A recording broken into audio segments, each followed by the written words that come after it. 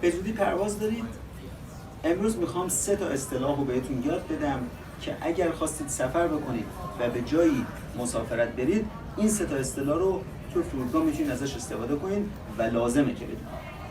اصطلاح اولی که باید بدونید، میگید Where is the check-in counter? Where is the check-in counter؟ یعنی کانتر چکین کجاست؟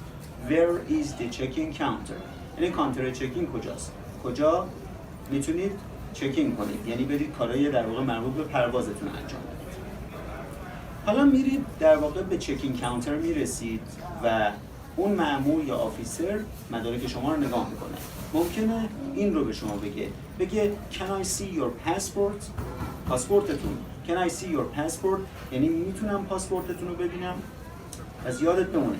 Can I see your passport؟ میتونم پاسپورتتون رو ببینم؟ بعضی وقتا دنبال گیتت داری میگردی، میگی What's the gate number؟ What's the gate number؟ یعنی شماره گیت کجاست؟ What's the gate number؟ پس این 3 تا رو یادت باشه. این ریل رو سیف کن و برام بنویس تو کامنت که سری بعدی قراره به کجا پرواز کنیم. مرسی.